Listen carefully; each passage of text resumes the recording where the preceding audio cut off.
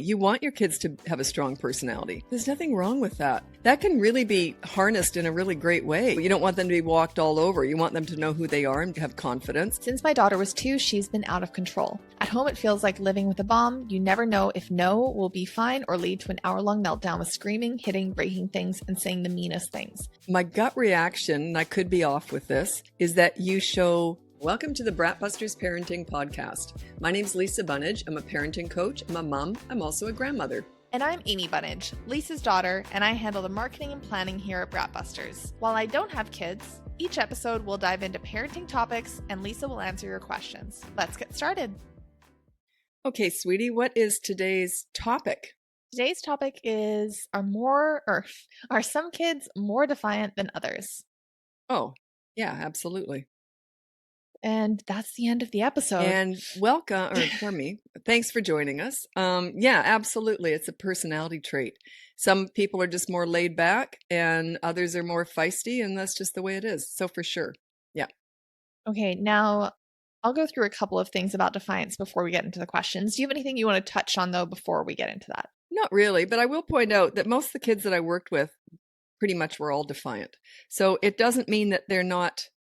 I don't want to use the word controllable. It doesn't mean that they can't learn to control themselves. It just means that it might take a little bit more patience. They might test you more. But all children, defiant or not, are drawn to a leader. They all love being under the wing of a leader. It makes them feel safe.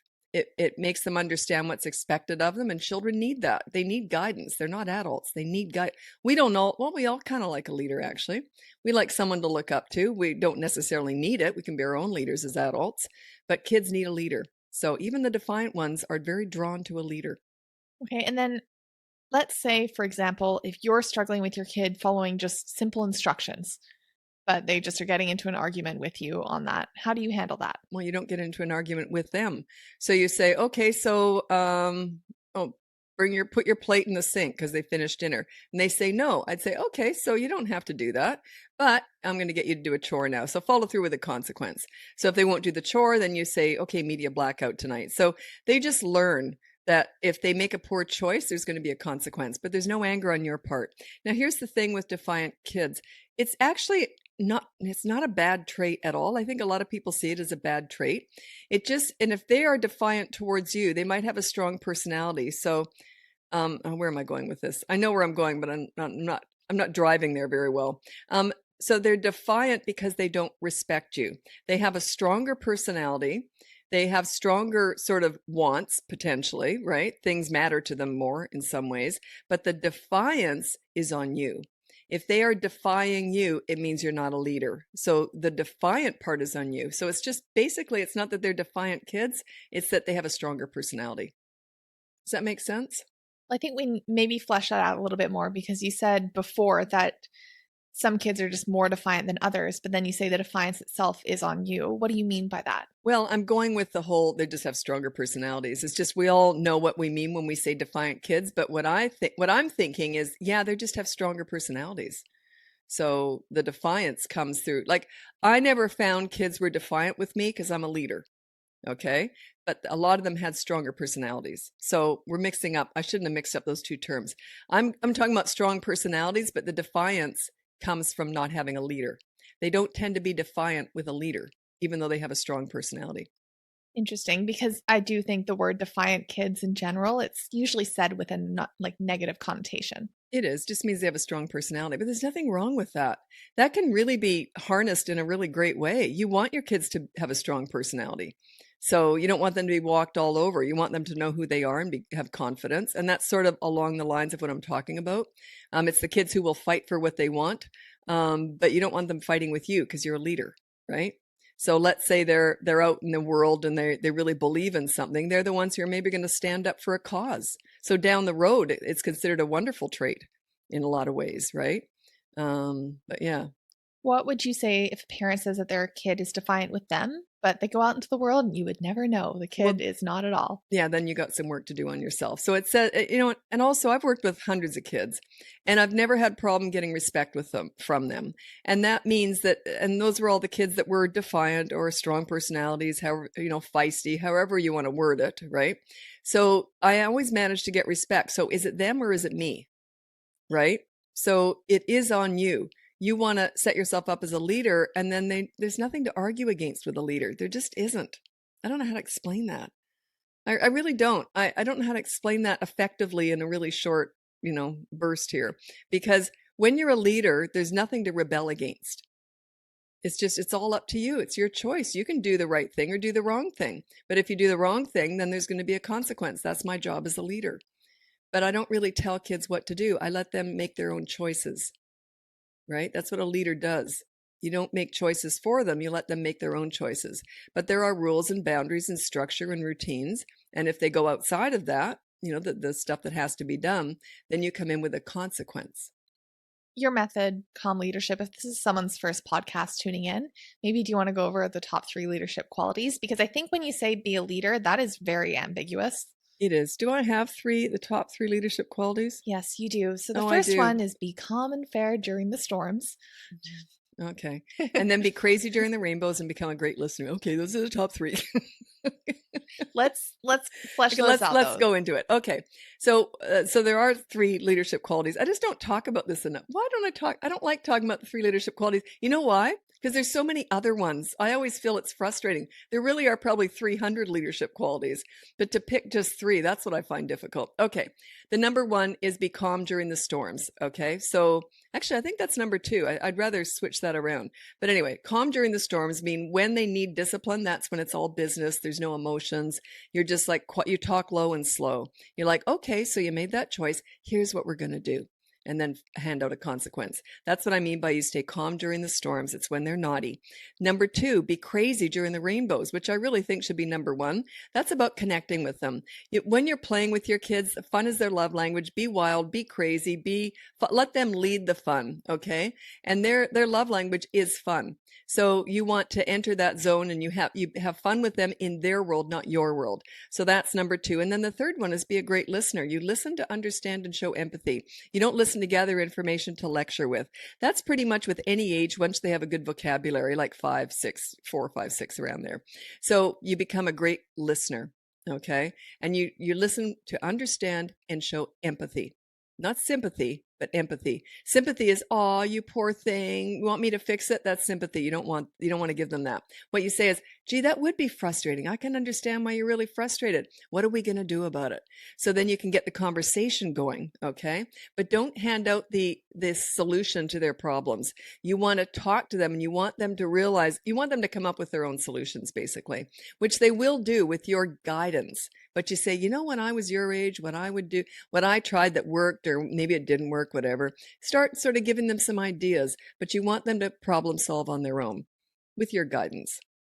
Okay, so that's the top 3 leadership qualities. So you can be calm during the storms. That's when you're disciplining. Crazy during the rainbows. That's the rest of the time. Okay, you don't have to be juggling 24/7, but you want to be joyous and be, I always say there's that energy thing. You want to be an upbeat, positive person around your kids. They're drawn to that. And it's a nice thing to do for your kids is to be as upbeat and positive as you can for most of the time, not all the time.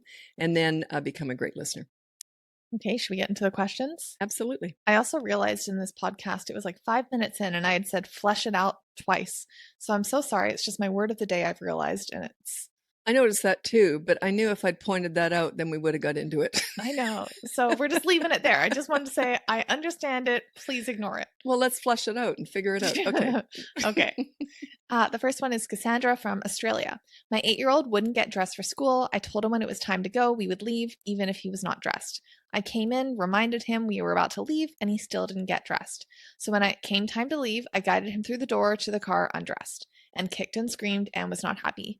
How should I have handled this? Yeah, you want to get some pre-work done, like set it up as a system. So what I recommend is, and not everyone likes this, but everyone who uses it said most people say it works quite well. There's 2 things that I use. Oh, I just talked about this on a live. I thought, did we just do this? But last night I just talked about this. So there's 2 things that you want to use incentive with. One is potty training and one is school morning routine. You want to use incentive. It's not bribery. It's more, because bribery is when they're doing something naughty and you offer them something as a bribe to stop. That's bribery. Incentive is you do something good and you'll get something back, right? So what you put out, you get back. It's sort of that idea. Potty training, it's all incentive based. So is school morning routine.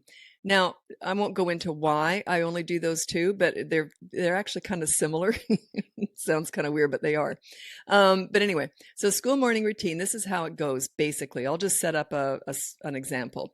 So let's say you want your kids to get up at 7 a.m. and you're leaving the house for school at 8, okay? You say to your kids, okay, here's the list of things that you need to get done in 45 minutes once you get up. Eat breakfast, brush your teeth, wash your face, get dressed, pack your bag, put it by the front door, et cetera, et cetera. Okay. And have a checklist. They can check it off. So then that's what they need to do. Now that's till 7:45. So from 7:45 till 7:50. So is that right? No, 7:55. So 10 minutes, they get screen time. Okay. That's the incentive. So they're earning it by getting that list all checked off in 45 minutes. If they have, they get 10 minutes of screen time. And then when the alarm goes, so the 10 minutes is up, and then they have to turn it off. And the last 5 minutes is getting your shoes on and get out the door. Okay. So that's incentive based. Now, if they don't follow that, or if there's a problem with it, the next day you say, you don't just take it away. You don't take away screen time because then you got no leverage. So the next day you say, okay, so yesterday didn't go very well. So today you only get 5 minutes or 8 minutes, whatever you want to do. If you said you get no screen time, good luck getting them out the door at all, right? You want to have that leverage. Now, why would I do that? And do you find that weird that there's only potty training and school morning routine I use the incentive program with? Do you want me to, should I explain why? Well, I'm guessing it's because it's not bad behavior. Well, lots of stuff isn't And bad it's behavior. from what I've heard you say before is that it's habitual and it's kind of within you're waking up. It's kind of like it's a bodily function in Yeah, that sense. exactly. Gee, you remembered that. That's cute. Yeah, I put it in the bodily function department, like potty training. The reason is getting out of bed is not easy for everybody. They're kind of still half asleep, so they're not necessarily in their right mind. And it's sort of potty training. It's not something you can really reason with. It's more of a bodily function. So waking up is hard to do. But if they've got that incentive, they tend to wake up quicker. I will tell this cute story. I don't know if I've told it on a podcast. I probably have. Have I? I literally just edited a podcast with the story in it. Okay, I probably shouldn't add it then. No, you can tell it. I have, okay. I'll make it short. My son was starting grade 1 and I laid this out and I told him, I said, look, I said, as soon as you're ready for school, then you can play video games. But I didn't add the time in there because I was stupid.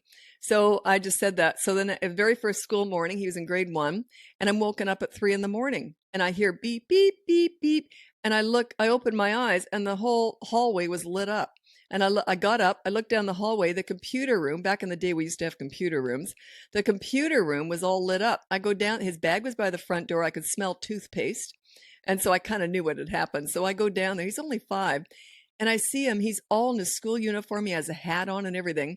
And he's all happy and he goes, see, mommy, I'm all ready for school. And he was playing on the computer game at 3 a.m. He thought he could get in 5 hours of computer games before school.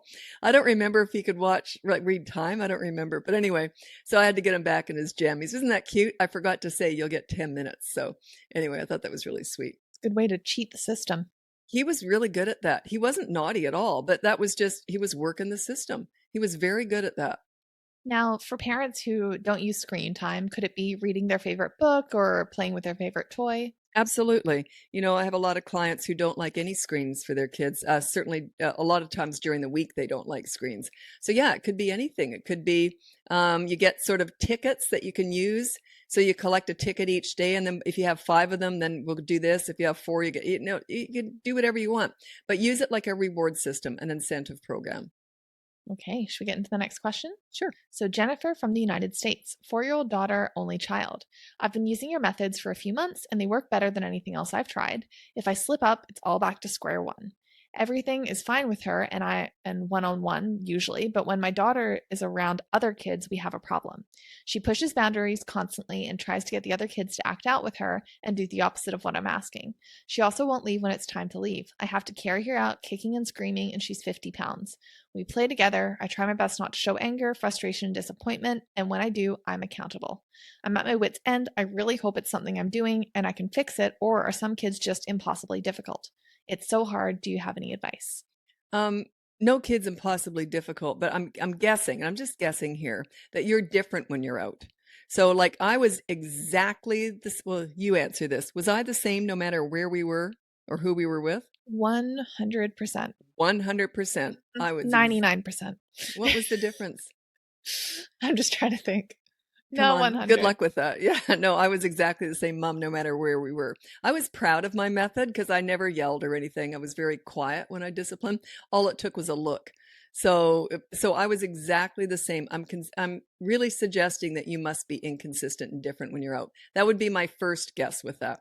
I think that's what I meant by the difference is at home you would just deal with it, but when we were out, you'd go, we'll talk about this later. Yeah, they'd get the look and oops, so I wouldn't discipline them when we were out, but they'd get the look and they'd know full well when we got home. The words, we'll talk about this Yeah, later. and I always said it like this, oh, we'll talk about it later.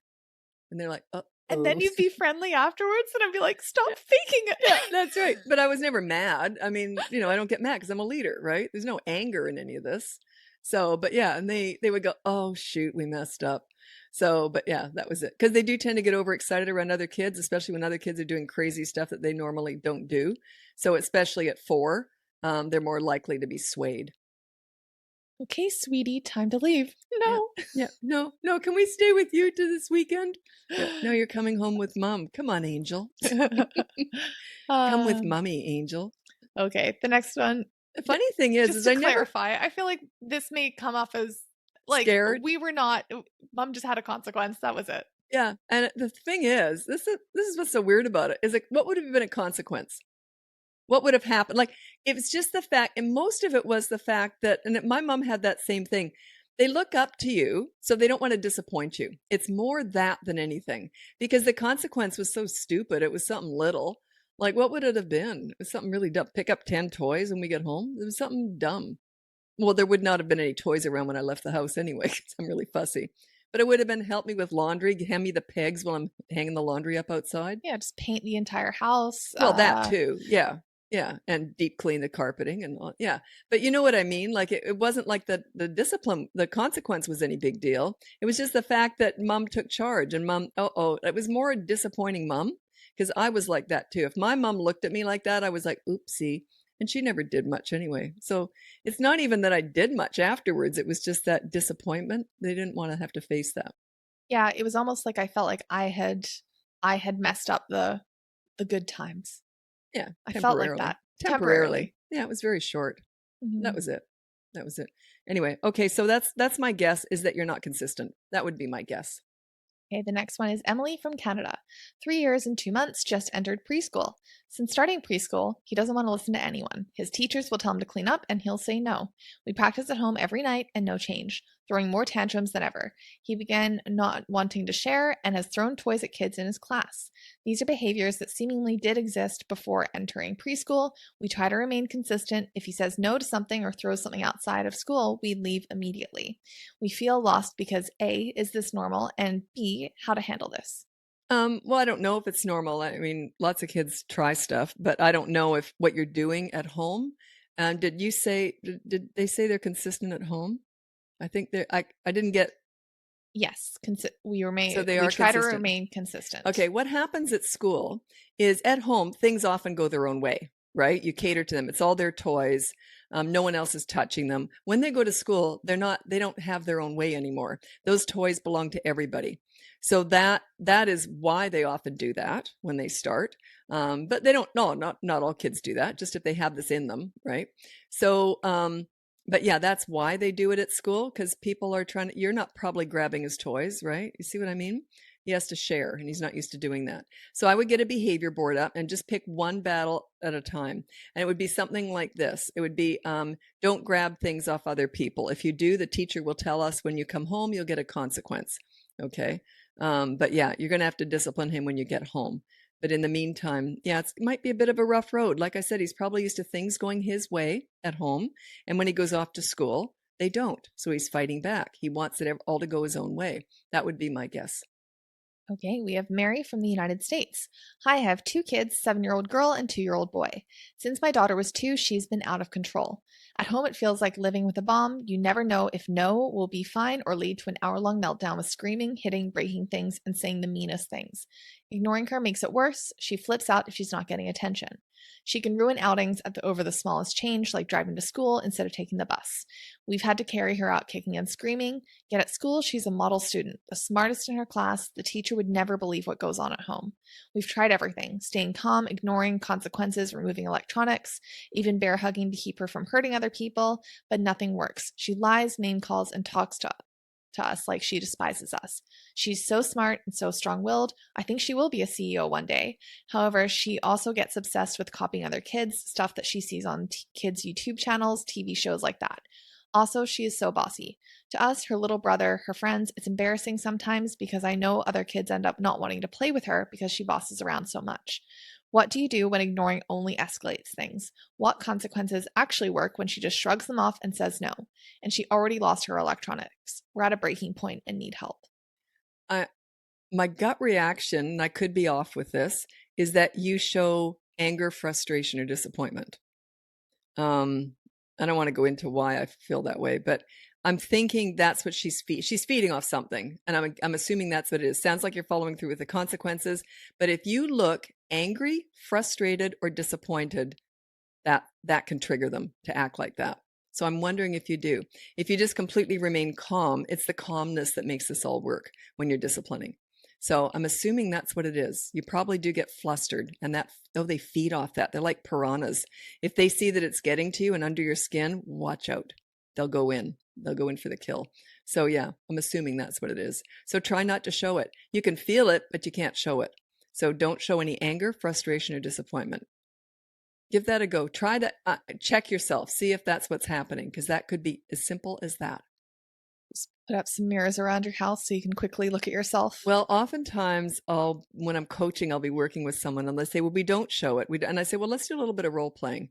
So what exactly did she say? So I'll act out being the kid. And then sure enough, you can see it in the parent's face, even talking to me. So I said, yeah, you rolled your eyes. No, I didn't. Yeah, you did. So you can't do any of that stuff. You've just got to look like a business transaction. Doesn't bother you at all. I'm assuming she's feeding off that. And I then could be wrong, but that's my first response to that. That's my gut reaction. I know that you always talk about how important the connection is as well. Is that something you'd focus on? Yeah, I thought about that. But I didn't pick up on that being the issue for some reason because she's so happy at school. She does well at school. If you'd said she's also struggling at school, then I would have talked about the connection. And also she's really bossy. So that's another thing that you probably do play with her. Maybe you overplay with her just to try and keep her happy. That's my gut reaction. I could be wrong, but I don't know if I think I might be right. Okay, the next one is Mara from Canada. Daughter is age 7 and seems to struggle with controlling things to go her way with other kids. She's very social and friendly, but then takes over with things having to go her way and doesn't quite get how off-putting that is for other kids. Just stuck on the control. She's an only child. Advice on how to help her be more flexible, please. Yeah, usually that's the social skills, and other kids usually teach them that. They get ostracized. It's usually the other kids that teach them that. So because she's 7, she would be in grade 2 at this point, I'm assuming, just starting grade 2 maybe. So yeah, I'm assuming that it's by grade 3 it really kicks in, that you tend to learn your place in the school ground and the schoolyard and at school. So I'm assuming other kids will teach you that. But you can try talking to her about that. But if it's been working for her so far and she's not being ostracized, it's not going to affect her. It's the other kids ostracizing her is what's going to affect her. The other thing that you could try, I don't really like talking to kids about this stuff, but I will role play. I might role play with her and say, look, you be you and I'll be another kid. And you show me how it goes. And then I'll be you and you be the other kid so you can see how that feels. Would you want to play with me if I act like this? You see, you can try that. She's a little bit young to really get that. But she might get it. So yeah, those are a couple ideas there, is just wait it out, or you can try role playing and see if she reacts to that. See if she goes, yeah, I am kind of bossy. Maybe I won't be quite as bossy. I don't know how well that'll work, but you can give it a try. At least you're showing her what's going on. But if she's getting along so far in school and people are still playing with her, she's going to probably keep doing it anyway. Okay, the next one is Emma from Romania. Sorry, I want to interrupt here. This was really funny. I was doing a live, and it's sort of answering that too. I was doing a live a while ago, and this mom said her daughter, I think, was 8, And she was very bossy, always telling other kids what to do. She'd get mad. She'd kick their game over if they were playing and, whatever, if she was losing. Really difficult. So, and then she'd come home crying and she'd say to her mom, "Nobody likes me. Nobody likes me." And the mom said, "What do I tell her?" And I said to the mom, I said, "You tell her you've got to be likable to be liked." And show her and then do role playing. So, a lot of people just don't realize that they're not likable, like little kids. They don't realize. So put a mirror up to her, show her what she's doing, and it might click in, might not. Okay. We have Emma from Romania. Hello, my daughter is 4.5. I'm trying to follow your method, connect, and be calm when she does something that she knows is wrong. However, sometimes I feel like the consequence is too easy compared to what she did. So, for example, if she spills water all over her room and then encourages her 2-year-old brother to do the same, and I come home and says she has to clean the sink as a consequence, she actually enjoys it because she loves helping out. Or if the consequence is negative, so no ice cream, for example, she sometimes says, "Oh, it's okay. I don't want ice cream anyways." This makes me feel like the whole point of giving a consequence is useless. I feel like she pushes the limits, and then I come with more consequences, and it grows tension between us, more than providing a solution to the problem. What can I do to feel like a leader in these particular situations? What has she got access to water for? I don't understand. Why is she spilling water? Has she got water in her room? Yeah, I wouldn't allow that in the first place. Yeah, you kind of manage stuff like that. Like, there's no way I'd allow them to have any drinks or food anywhere but at the kitchen table. So that would sort of solve that problem. But yeah, she's not listening to you. She doesn't care. But I think she probably still does care, but she's saying, "I don't care." Or else you just haven't found something that she does care about. But yeah, they usually will say, "I don't care," when they do have that defiant streak in them, right? They'll say, "I don't care." And then you can say, "Okay, then good. It should be easy for you then." So don't buy into that. You see? So I think she does care. They usually do. If she's not getting ice cream, I think she probably cares. She's just saying she doesn't. And you're buying into it, so it's working. It's bravado. Yeah, I don't buy that. I think she cares. Okay, we have Erica from the United States. Hi, Lisa. I have 3 daughters, ages 4.5, 2.5, and a baby. My 4.5 is very strong willed. In brief, I mistakenly was a pleaser parent until finding you. I have since taken your course and follow the podcast closely. I've been using your method for about 5 months now and seeing really good progress in myself and our kids' response. However, when my 4.5-year-old daughter becomes overly frustrated or angry, she will try to bite, hit, or kick us and or her younger sister. This is lessened over time, but it's still ongoing. When she becomes very angry, I can see the emotion overwhelm her and she expresses it out of herself as aggression. At this age, do you have any tips on how to help her sit with the negative emotions or other calming techniques in the moment, or do I continue giving consequences for the aggression and will this action go away? A note, she has never had any issues at school. Okay, so in other words, she can control herself then. So she doesn't have any issues at school. She is able to control herself. She just doesn't do it at home. But then teachers there sort of facilitating things too and usually making things fair. You don't know what's going on behind your back. Is the 2-year-old teasing her, or you see, like, what, I don't know what else is going on.